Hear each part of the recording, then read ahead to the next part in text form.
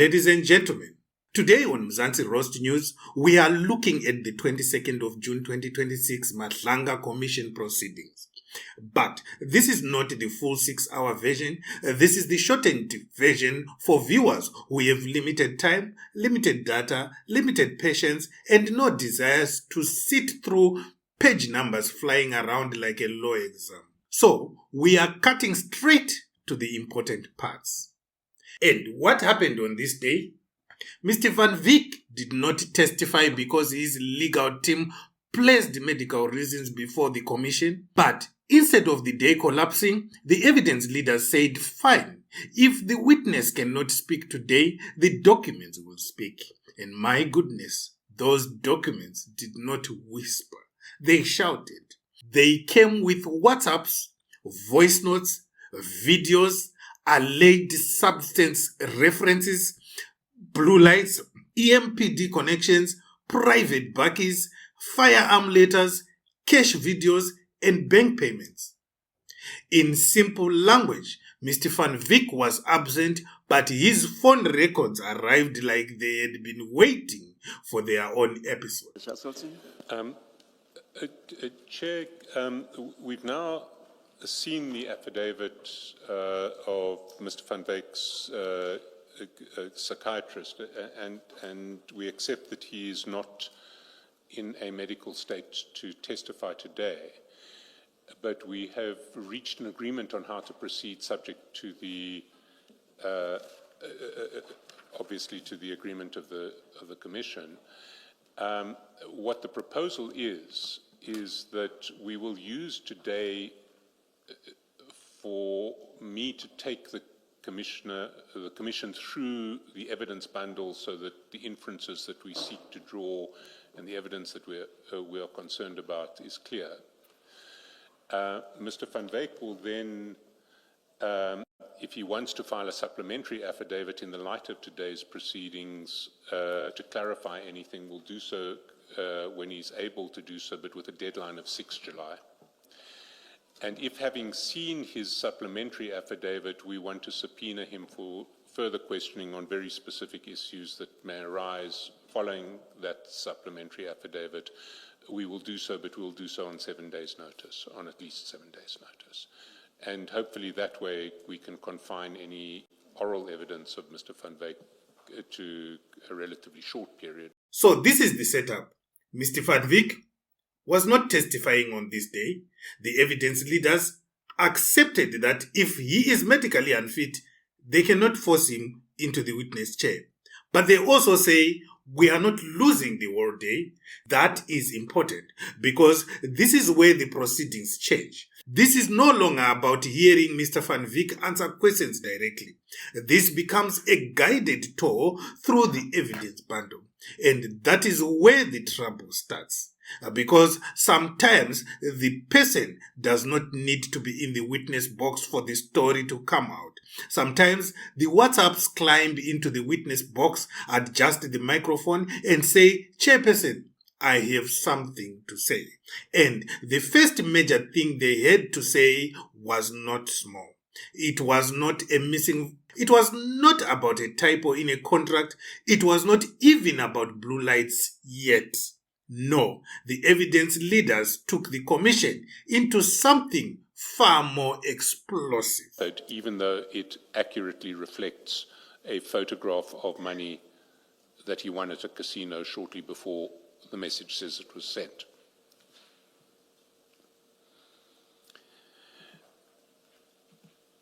We then come to one of the more important chats, and this one requires a fair amount of contextualization, because what the evidence leaders will be submitting in this regard is evidence of Mr. Matlala and Mr. Van Wyk involved in the dealing in cocaine, The starting point is at page 378. Sorry, well, let's start. Mr. Van Wyk, at 3.6 of his notice, was asked to address the exchange of messages on 6 April 2025 from 10:25 to 10:48. And if we go to those messages,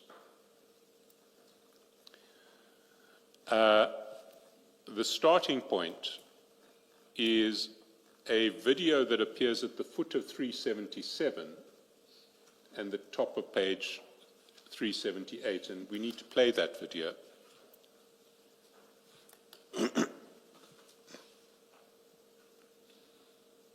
Now, you see how quickly this hearing changed temperature.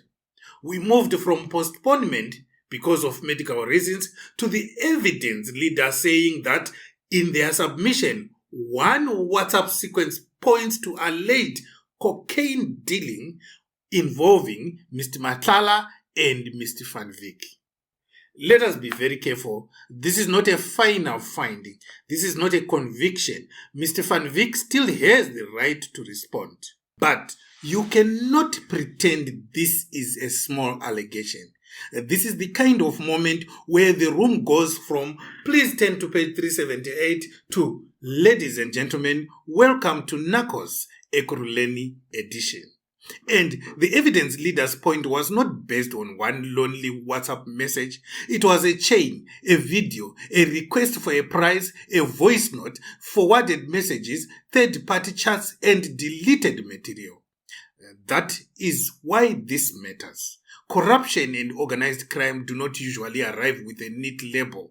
They arrive through patterns. And once the Commission started following the pattern, the next question became, what exactly was in that video? In the specific case, 2 evidence-sealing bags with seal numbers, the numbers are given, were received together containing 6 blocks with a total weight of about 6 kilograms, each block weighing approximately 1 kilograms.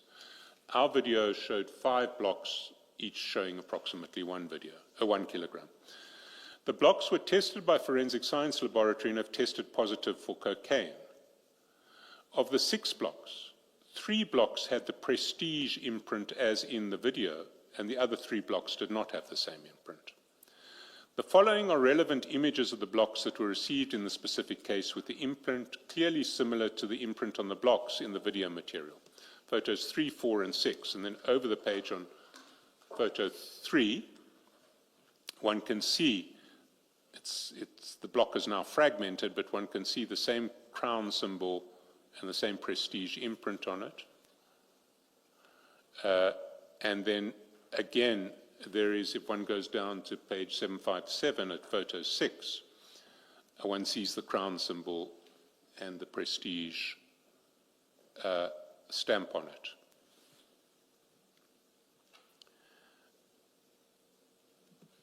So we would submit to the Commission that although this is, although that may not be the case in a criminal trial, for the purposes of the Commission's conclusions, the Commission can, in the absence of any other evidence, conclude that what the video is describing is 1 kilogram bricks, 5 1 kilogram bricks of cocaine being weighed out. This is where the allegation gets heavier. The evidence leader says the blocks in the video had a Prestige marking and a crown symbol. Then SAPS forensic feedback is discussed, saying similar blocks with similar markings were found in another case and tested positive for cocaine. Again, they are not saying it is proven to be the exact same consignment. They are saying the Commission can draw an inference from the similarity unless another explanation is provided. But let us be honest, when alleged cocaine starts arriving with branding and crown symbols, you realize even crime in South Africa has gone premium package. The country is fighting criminals, and the criminals are allegedly operating like they have a graphic designer. But this was only the first layer, because after the alleged drug-related WhatsApp sequence, the proceedings moved into something that affects every ordinary person on the road. Private actors allegedly trying to step into the space of law enforcement. And this is where the story starts to connect. Because if people are allegedly discussing drugs on one side and then on the other side they are trying to get blue lights, EMPD letters, appointment cards, and firearm motivations, then the public has a right to ask, are we looking at business people or are we looking at private networks trying to borrow the costume of the state? Julius, it's not Medicross, it's Medicare 24. So letter's wrong. You think we're going to win with him? Because I don't know if we're going to win with him if he will allow us what we want to do. Remember, our aim is to be a specialized unit for you guys, to work with you guys. So we don't only just respond to medical emergencies, we can respond to riots, anything.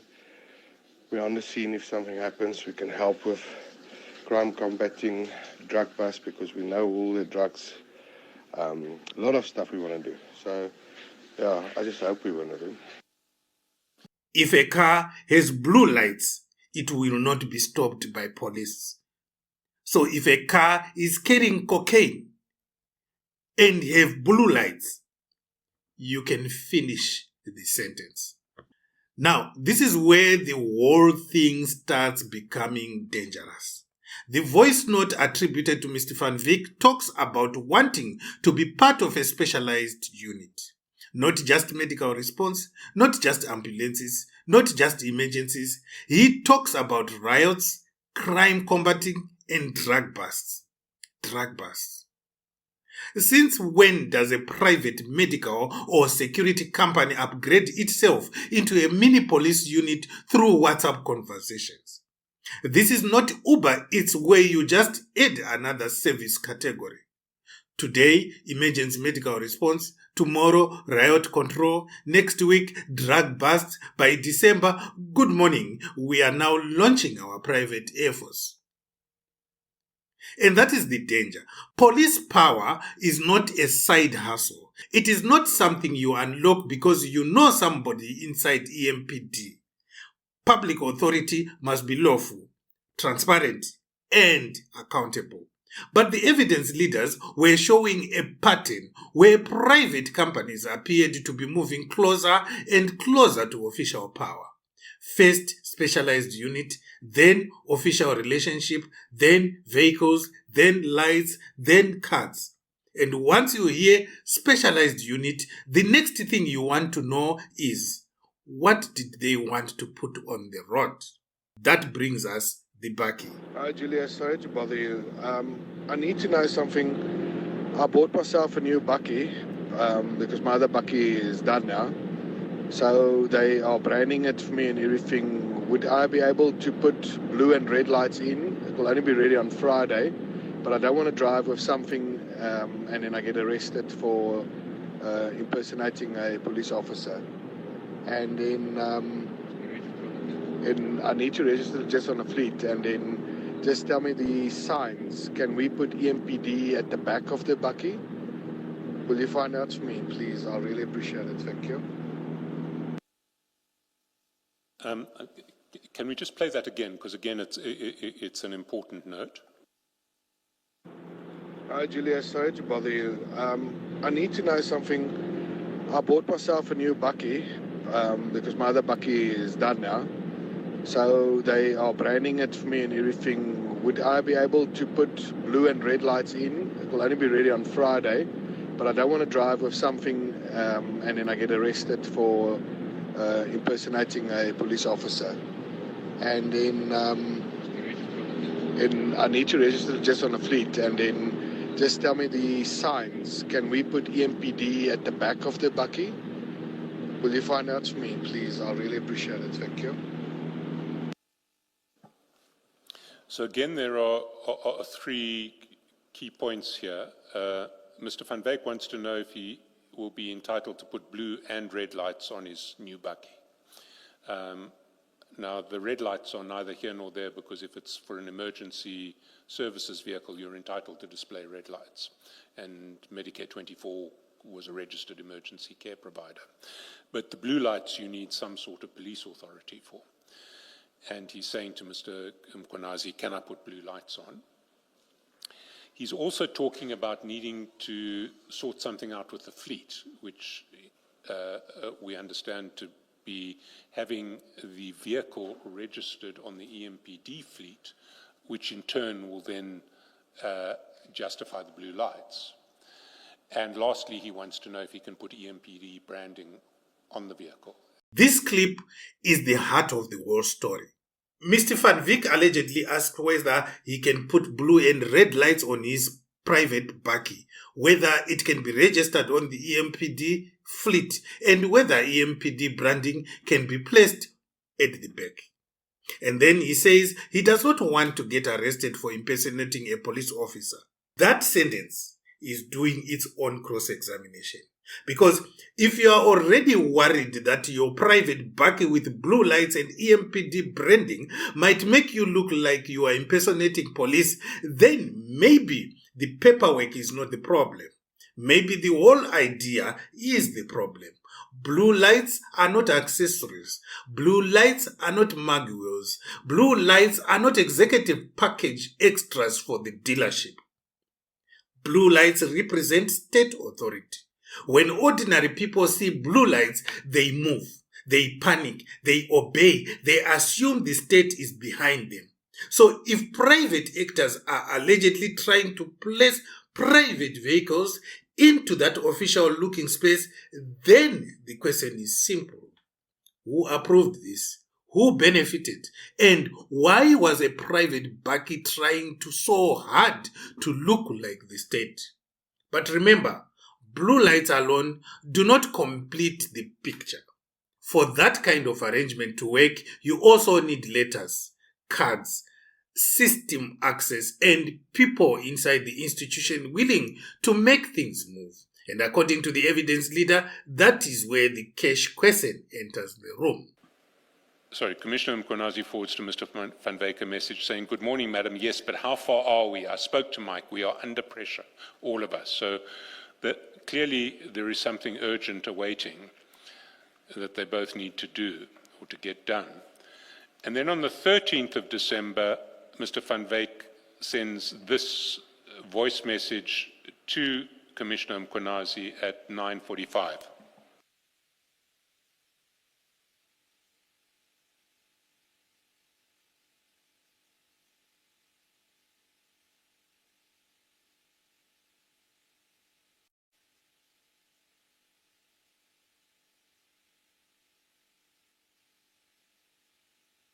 Hey Julius, morning. I hope you had a good weekend. I'll see if I'm going to have a good week, all depending on what you're going to answer me.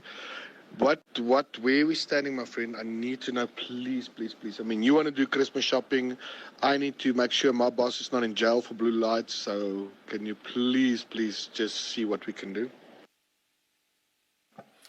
So Mr. Van Wyk is saying, I need to know where we stand. You need to do Christmas shopping. And we're going to suggest that what that is saying is you need to get money to do Christmas shopping.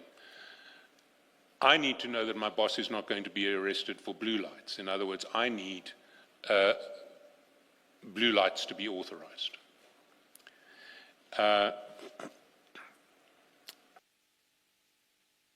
What then happens is at 20 minutes later, at message time 4 minutes past 10, he sends a follow-up voice note.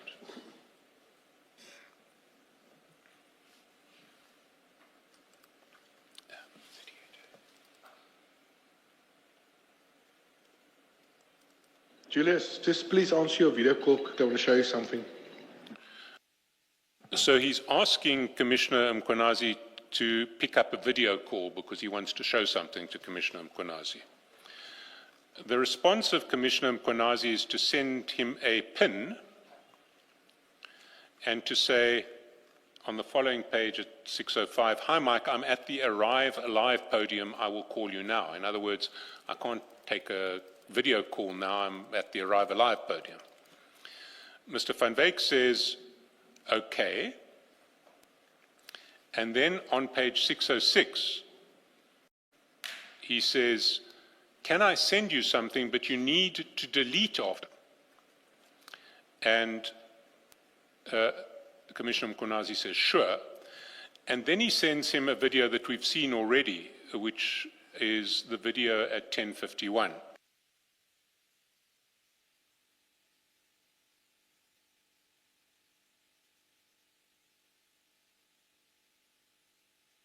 Hey Julius, I hope you have a warm day like we have here. You know, it's warm. This fan of mine.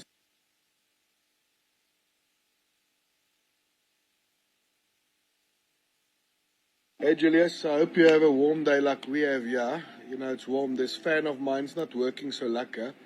I don't know if it's because it's hard. I'm not sure what it's doing. Anyway, I have another one here. Let's put this one here and try this one. Oh, it's so hard. I'm going to spend this fucking money now. Please tell me where we're going. Have a lucky day.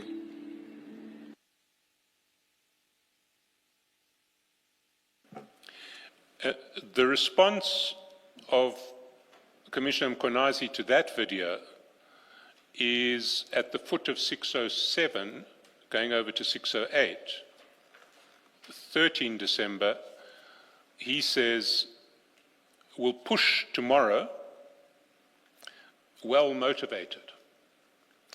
And how we Now, this is where the roast begins writing itself.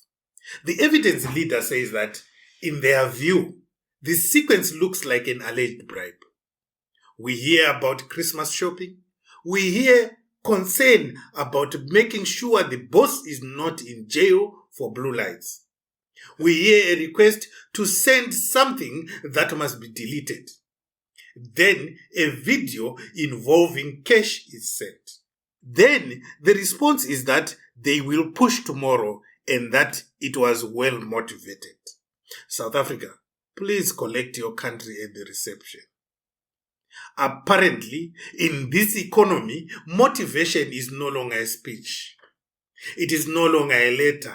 It is no longer a PowerPoint presentation. Motivation may now come in cash, possibly with rubber bands. But again, legally, we must be careful.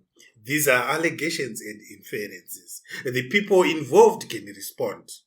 The Commission must still make its own findings. But from a public interest point of view, the optics are terrible. Because the alleged cash discussion is not floating alone in space. It sits inside the same storyline as blue lights, private vehicles, EMPD branding, appointment cards, and official letters. And this is how these scandals usually work. Nobody sends a message saying, DSA attached, please find corruption. Instead, the language becomes soft. My brother, Christmas shopping. Please delete. Well motivated. We will push tomorrow. That is why the sequence matters.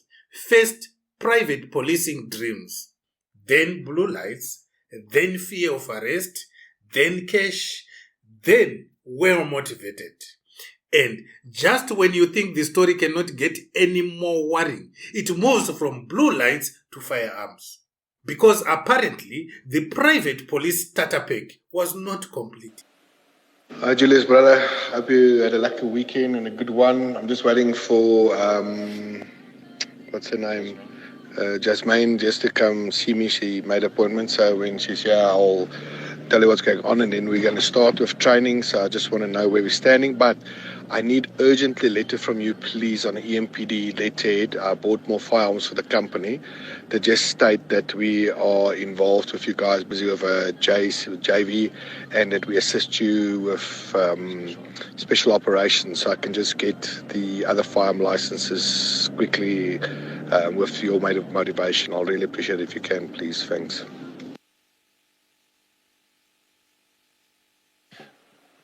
So he's specifically asking for a letter saying that they're involved in specialized operations with the EMPD so he can get firearm licenses for firearms he has already bought. Hi Julius, brother. Hope you had a lucky weekend and a good one. I'm just waiting for, what's her name? Jasmine just to come see me. She made an appointment, so when she's here, I'll tell you what's going on, and then we're going to start with training. So I just want to know where we're standing. But I need urgently a letter from you, please, on EMPD letterhead. I bought more firearms for the company. They just state that we are involved with you guys, busy with a JV, and that we assist you with special operations. So I can just get the other firearm licenses quickly with. This is one of the most serious moments in the proceedings. Mr. Van Wyk allegedly asked for an EMPD letter saying his company is involved with EMPD in special operations because he has bought more firearms and wants help motivating firearm licenses. Now, let us slow down. Firearms are not a small administrative favor. This is not someone asking for a letter confirming employment. This is not a reference letter for a school application. This is about weapons in the murder capital of Africa. And the requested letter allegedly needed to make the company look connected to EMPD special operations. So now the pattern becomes even clearer. A private company allegedly wants blue lights. It wants EMPD-style backing. It wants vehicles linked to official structures. It wants appointment-style authority. And now it wants official letters to help with firearm licenses. And at that point, ordinary South Africans must ask, are we watching law enforcement or are we watching private policing cosplay with official stationery? Because once you combine blue lights, private vehicles, official letters, and firearms, you are not dealing with harmless paperwork anymore. You are dealing with public power being repackaged for private use. And when public power starts moving like a private franchise, the next question is always the same. Where is the money? The evidence leaders then took the commission to the bank records. Follow the money. We submit look like favors for which gratifications are paid, and we've already referred to the video with the 100 rands bundle being used as a fan. But if we look at the bank statements of Commissioner Mkonazi, we see several other payments. And the first one is on page 803.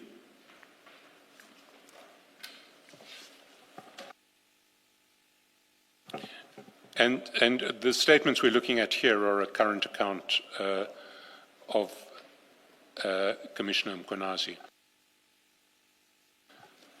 At 8:03 on the 5th of May, there is a payment of 20,000 rands, which comes with a reference Matlala.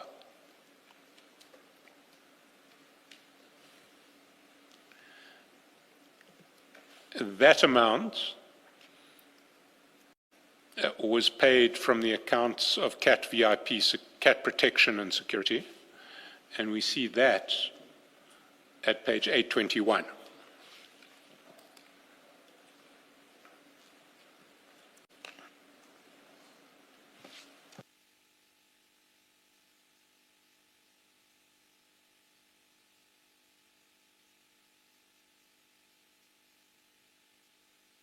And you'll see that on 5 May there is a 20,000 rands payment with the same reference, Matlala.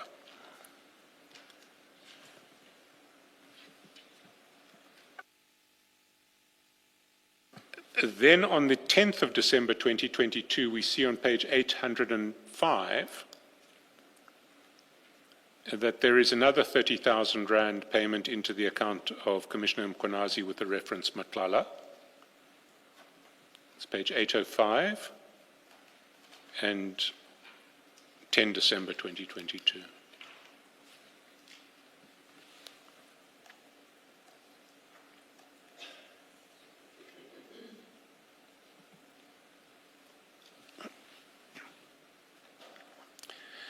And that 30,000 rands payment comes from a different company of Mr. Matlala, Black AK Trading, that we have seen in another context. I think that was the company that paid amounts to Brigadier Macheng. And at page 828, we see that 30,000 rand payment on 10 December, also with the reference Matlala.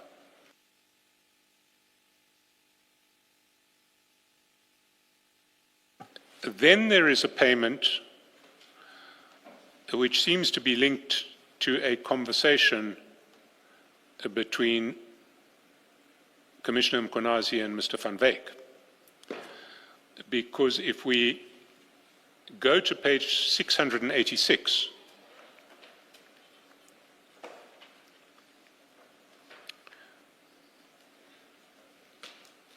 we see that on the 17th of June 2022, at message time 05:36, Commissioner Mkonazi messages Mr. van Wyk saying, "Good morning, Mike. Poverty is dealing with me. I'm home."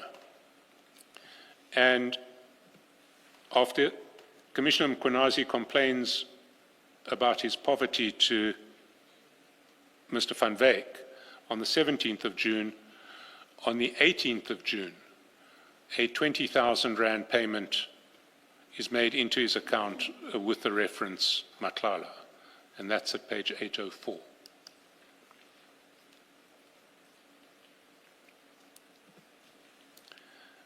And that payment that payment comes out of the Medicare Tshwane bank account, and the statement reference there is page 826.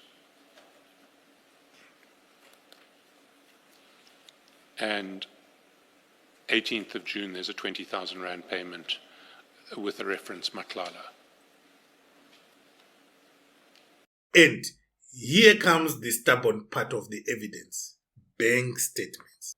WhatsApps can be explained. Voice notes can be contextualized. Videos can be disputed. But bank statements do not care about the vibes. They simply say, money moved. The evidence leader takes the commission through payments into the commissioner's account. 20,000, 30,000, another 20,000, with references linked to Matlala or entities connected to him. Now, the questions become very direct. Why was the money being paid? What was it for? Where was an invoice? Was it declared? Was it a loan? Was it a gift? Was it connected to official assistance? Was it linked to blue lights, letters, appointment cards, or any other favor? Maybe there is a clean explanation. Fine, let it be given. But when the same story contains alleged cocaine charts, blue lights, EMPD letters, firearm license motivation, cash videos, and bank payments, the public does not need to be a forensic accountant to smell the smoke. And that is why this Madlanga Commission sitting matters. Not because every allegation is automatically true, not because the Commission has already made final findings, not because the public is seeing how private business, official authority, and money may have been crossing paths. Ladies and gentlemen, the shortened version of the 22nd June 2026 Madlanga Commission proceeding is this. Mr. van Wyk did not testify because of medical reasons, but the evidence leaders used the day to walk the commission through WhatsApps, videos, voice notes, documents, and bank payments. And the story unfolded like this. First, the witness was absent. Then the evidence bundle took over. Then the alleged cocaine-related WhatsApp sequence. Then came the specialized unit idea. Then came blue lights on private vehicles. Then came the cash video and well-motivated line. Then came the EMPD letter for firearm licenses. And then came the bank payments. This is the continuity. This was not one isolated issue. It was a chain, and the chain points to one big public concern, whether private actors were allegedly trying to dress themselves in the authority of the state, because blue lights are not toys, EMPD letters are not business marketing material, appointment cards are not VIP passes, firearm licenses are not favors, and public authority is not something you borrow because you know the right person. South Africa already has enough crime. We do not need private networks allegedly dressing themselves in the state's jacket and driving around with blue lights like democracy came with a siren package. So the question after these proceedings is simple. When you see blue lights behind you, are you looking at the law arriving, or are you looking at somebody's private project wearing government's perfume? This is Mzansi Roast News, the shortened version for viewers who do not have 6 hours to watch the full Madlanga Commission, but still want to know what really happened. Stay informed, stay sharp, and remember, when the Baki starts asking for blue lights, the country must start asking questions.